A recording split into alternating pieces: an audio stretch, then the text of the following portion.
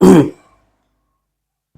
बच्चों, कैसे हो आप लोग। मैं इरफान और आज से हम लोग चलेंगे 2A का क्वेश्चन नंबर 7 से 2A का क्वेश्चन नंबर 6 तक हम बता चुके हैं पिछले वीडियो में। 2A के क्वेश्चन नंबर 7 तक से हम चलेंगे। इसमें क्या करना है कि सबसे पहले जीरोस निकालना और जीरोस और कोएफिशिएंट के बीच का रिलेशन को बताना। देखिए यहाँ पे यही बोल रहा है कि आपको find the zeros of the following quadratic polynomial and the verify the relation between the zeros and coefficient. Coefficient और जीरोस के बीच का रिलेशन बताना है। तो ध्यान से देखिएगा, जीरोस और कोएफिशिएंट के बीच का रिलेशन बताने के से पहले हमको जीरोस निकालना होगा। जीरोस निकालने के लिए हम क्या करेंगे, मिड टर्म स्प्लिट अप्लाई करेंगे। जैसे यहाँ पे देखिएगा, इस क्वेश्चन को अगर देखते हो तो हम क्या कर लेते हैं, px को मान लेते हैं 2x² - 11x + 15। यानी यहाँ पे हम क्या करते हैं, मिड टर्म स्प्लिट क्या करता है कि पहले कांस्टेंट टर्म को क्या करेंगे, x² के कोएफिशिएंट से मल्टीप्लाई करेंगे। यानी आपको ये क्या दिया कि 2x² - 11x + 15 है ना, -15 को 2 से मल्टीप्लाई कीजिएगा तो 30 हो जाएगा। 30 को ऐसे दो फैक्टर में तोड़ना है कि ऐड या सब्ट्रैक्ट करने पर, ठीक है, ऐड या सब्ट्रैक्ट करने पर हमको -11 आना चाहिए और मल्टीप्लाई करने पर +30 आना चाहिए। तो एक ऐसा हो सकता है कि प्लस देखिए तो 6 और यहां से देखिए तो 6 5 जा 30, 6 + 5 11 होता है, -6x - 5x - 11x हो जाता है। इन दोनों का अगर ऐड कीजिएगा तो -11x हो जाता है, यानी -6x और -5x आएगा। तो यहां से हम इसको ऐसा लिख सकते हैं 2x² - 6x - 5x + 15, ठीक है। अब यहां से हम क्या करेंगे, 2x कॉमन लेंगे तो यहां बचेगा x - 3 और यहां से -5 कॉमन लेंगे तो x - 3 बचेगा। तो ये हो जाएगा 2x - 5 × x - 3। ये तो फैक्टर निकला। अब हम जीरोस निकालेंगे ना, फ्रॉम px = 0।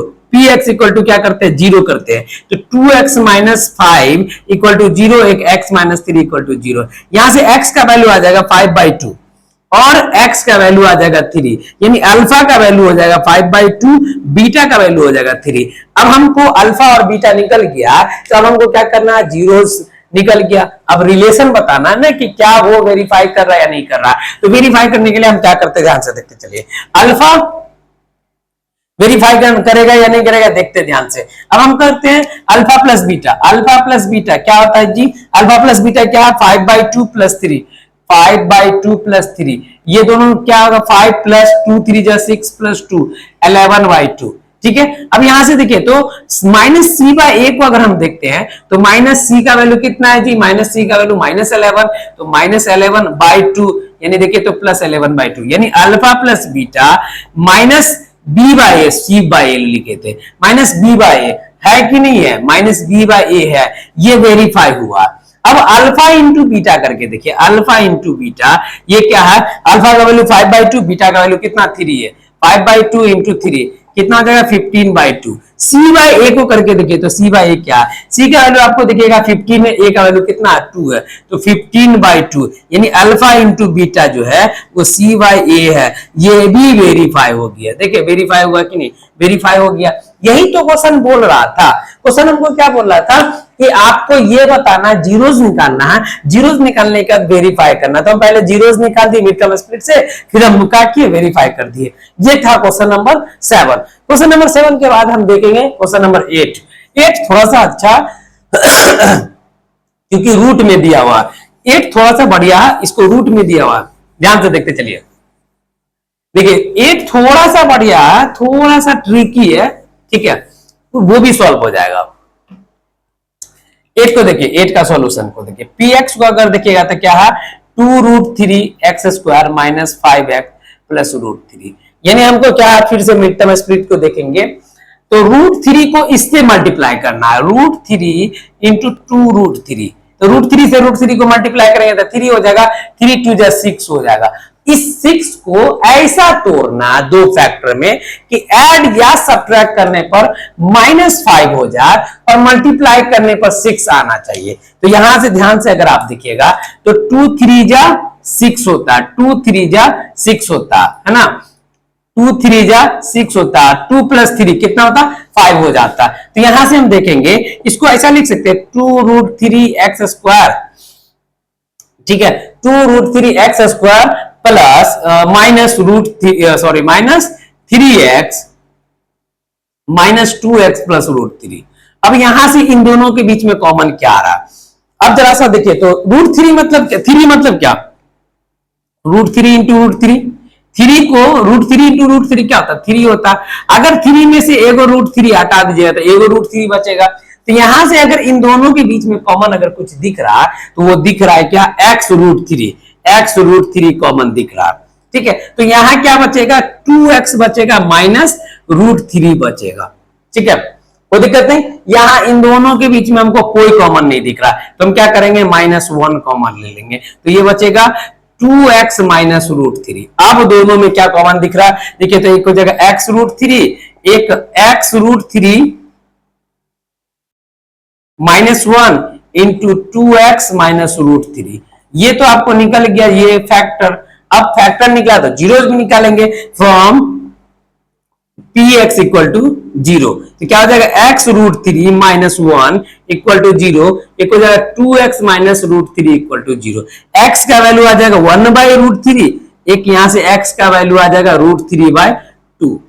ठीक है, एक स्टेप करके देख लीजिएगा। एक स्टेप हम थोड़ा सा हटा दिए है ना, ये 2x इक्वल टू √3 हो जाएगा, तो x इक्वल टू √3/2 हो जाएगा। अब हम वेरीफाई करते हैं, वेरीफाई करते ध्यान से देखिएगा। वेरीफाई के लिए क्या कीजिएगा कि अल्फा, ये तो हो गया अल्फा, अल्फा का वैल्यू कितना? 1/√3, बीटा का वैल्यू कितना? √3/2। ठीक है, अब यहां से देखो तो अल्फा प्लस बीटा क्या हो जाएगा? अल्फा का वैल्यू कितना? 1/√3, बीटा का वैल्यू कितना है जी? √3/2। इन दोनों का एलसीएम अगर आप लीजिएगा तो 2√3 आ जाएगा, है ना। इन दोनों को बराबर कीजिएगा आपस में तो 2√3 आएगा, है ना। 2√3 आएगा। जैसे ये 2√3 हुआ, ठीक है, इसके डिनोमिनेटर को, दोनों के डिनोमिनेटर को आपस में इक्वल किए तो 2√3 हो जाएगा, तो ये इससे मल्टीप्लाई हो जाएगा तो 2 हो जाएगा, ये 3 हो जाएगा, ये होगा 5/2√3। अब देखो तो -b/a करके देखिए तो -b का वैल्यू कितना जी? -5a का वैल्यू कितना जी? 2√3, तो ये हो जाएगा +5/2√3। ठीक है, यानी अल्फा प्लस बीटा जो है -b/a के इक्वल है। अब अल्फा इंटू बीटा देखिए तो क्या है? 1/√3 इंटू √3/2, ये √3 से ये √3 कैंसिल, 1/2 हो गया। ठीक है, और c/a करके देखिए तो c का वैल्यू कितना? √3, और a का वैल्यू कितना? 2√3, √3 से √3 कैंसिल, 1/2, यानी अल्फा इंटू बीटा जो है वो c/a के इक्वल है। वेरीफाई हो गया, वेरीफाई। ठीक है, ये क्या हो गया? Question number 8। हम क्या बोले थे आपको कि क्वेश्चन नंबर 8 जो है उतना टफ नहीं है जितना हम लोग समझ रहे हैं, बस थोड़ा सा देखना था। √3 देखे नहीं कि घबरा गए, ऐसा नहीं है। चलिए अब क्वेश्चन नंबर 9 पे आते हैं।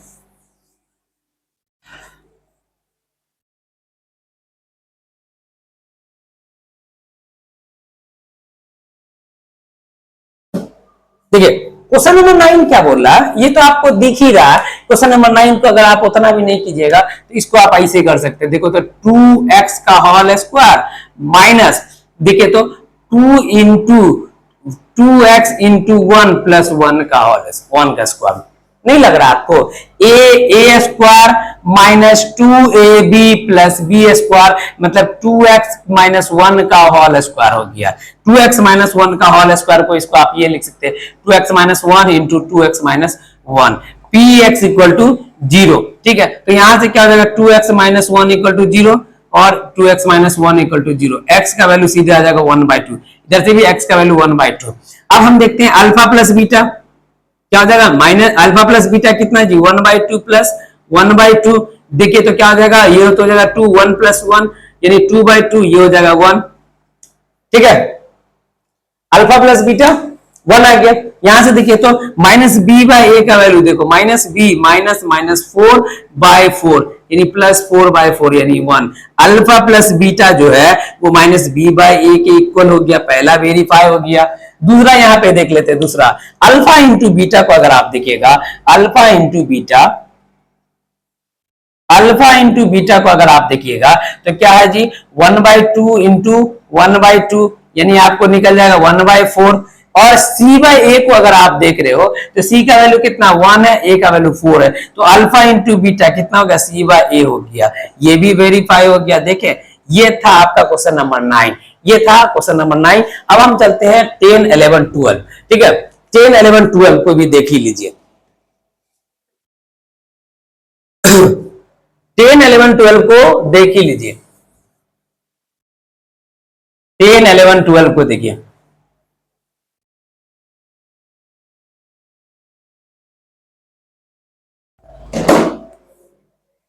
10 क्या बोल रहा है, ध्यान से देखिएगा। 10 नंबर क्वेश्चन है 3x² माइनस x माइनस 4। 11 क्या है, ध्यान से देखिए, 5x² प्लस 10x।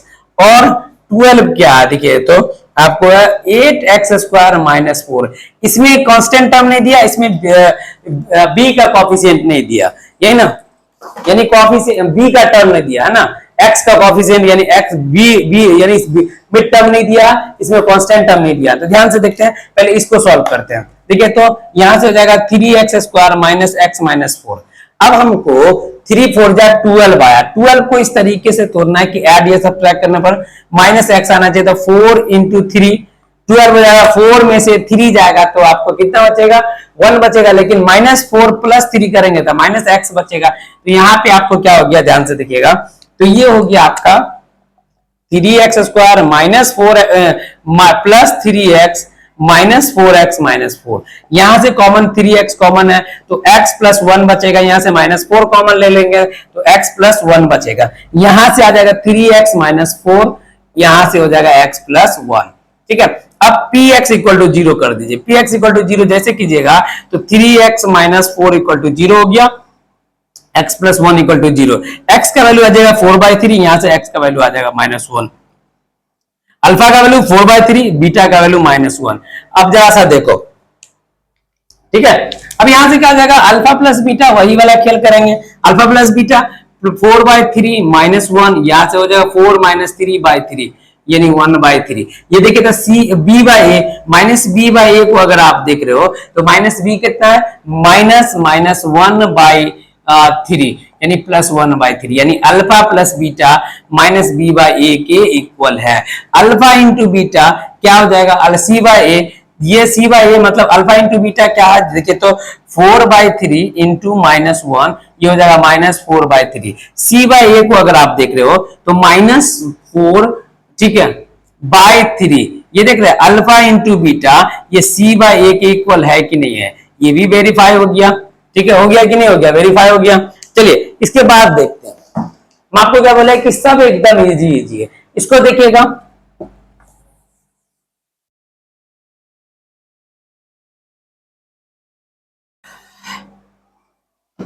ये वाले क्वेश्चन को देखिए, इसमें तो कांस्टेंट टर्म है ही नहीं, तो यहां से देखिए तो 5x² प्लस 10x है।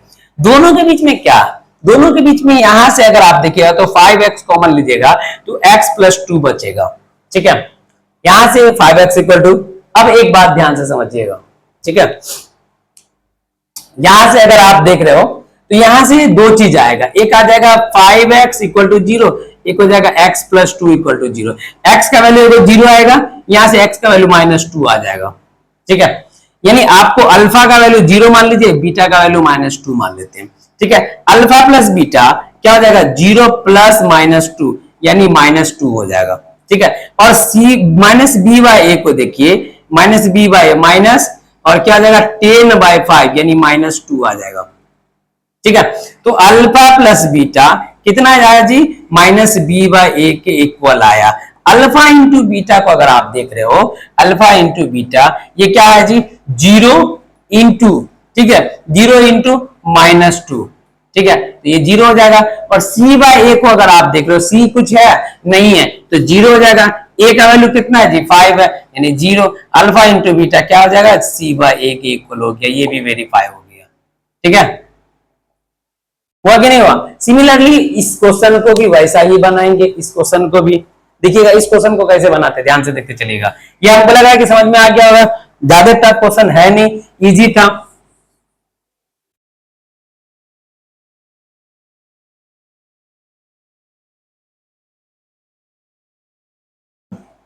देखिए इस क्वेश्चन को अगर आप देख रहे हो, क्वेश्चन नंबर 12 को, क्या 8x² माइनस 4m। ठीक है, यहां से दोनों में कॉमन क्या दिख रहा है आपको? 4 कॉमन दिख रहा है। यहां से बचेगा आपको क्या? यहां से आपको बचेगा कि 2x² माइनस 1 बचेगा। ठीक है, 2x² माइनस 1 बचेगा। देख रहे हैं यहां से 2x² माइनस 1 बचेगा। ठीक है, यहां से अगर आपको देख रहे हैं तो कुछ कॉमन नहीं दिख रहा। ठीक है, ध्यान से देखिएगा। इसको अगर आप पूरा का पूरा लीजिएगा, यहां से देखिएगा फ्रॉम px इक्वल टू 0 अगर आप करते हैं फ्रॉम px इक्वल टू 0, तो x का वैल्यू जो आ जाएगा वो सीधे सीधे आ जाएगा। कितना आएगा? यहां से देखिएगा, यहां से आपको हो जाएगा 2x² माइनस 1 इक्वल टू 0। ठीक है, तो यहां से अगर आप देख रहे हो ये बताइए पहले से जाके 0 हो जाएगा। ठीक है, 2x² माइनस 1 इक्वल टू 0।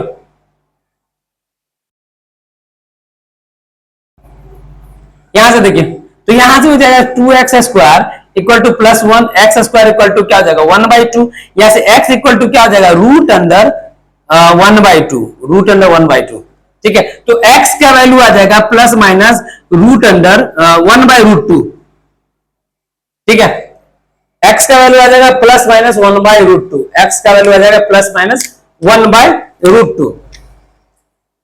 ठीक है, अब यहां से देखिए तो एक बार प्लस माइनस 1/2, एक आ जाएगा क्या 1/√2, एक आ जाएगा माइनस 1/√2। ध्यान से देखिएगा, एक आएगा 1/√2, एक आ जाएगा माइनस 1/√2। यानी अल्फा का वैल्यू अगर हम 1/√2 लेते हैं तो बीटा का वैल्यू कितना जाएगा? माइनस 1/√2 आ जाएगा। अब देखिए तो alpha plus beta minus B, alpha plus beta कितना 1/√2 प्लस 1 प्लस माइनस 1/√2, ये तो हो जाएगा 1/√2 माइनस 1/√2। ये दोनों तो आपस में कैंसिल होकर 0 हो गया। यानी माइनस b/a करके देखते तो माइनस b तो है नहीं, तो 0, a का वैल्यू कितना जी 8 है, तो ये 0/8 यानी 0 ही आ जाएगा। और अल्फा इंटू बीटा देखिए तो क्या आएगा? Alpha into beta 1/√2 into minus 1/√2। ठीक है, तो कितना आ जाएगा? ये आपको आ जाएगा माइनस 1/2 आ जाएगा, माइनस 1/2 आ जाएगा। c/a को अगर आप देख रहे हो तो -4, a का वैल्यू कितना 8 है, काट के देखिए तो -1/2। अल्फा इंटू बीटा वो c/a के इक्वल है। ये भी वेरीफाई हो गया, वेरीफाई हो गया। तो इस तरीके से हमने क्वेश्चन आपको बता दिया 12 तक। अब 13 14 जो चलेगा वो कल से चलेगा। आपको मिड टर्म स्प्लिट में, मिड टर्म स्प्लिट था ये आपको वेरीफाई करना था जीरोज और कोएफिशिएंट के बीच, जीरोज और कोएफिशिएंट के बीच के रिलेशन को वेरीफाई करना था, वो बता चुके हैं, चाहे जैसा भी क्वेश्चन हो। ठीक है, इतना ही, धन्यवाद। आगे हम देखते हैं।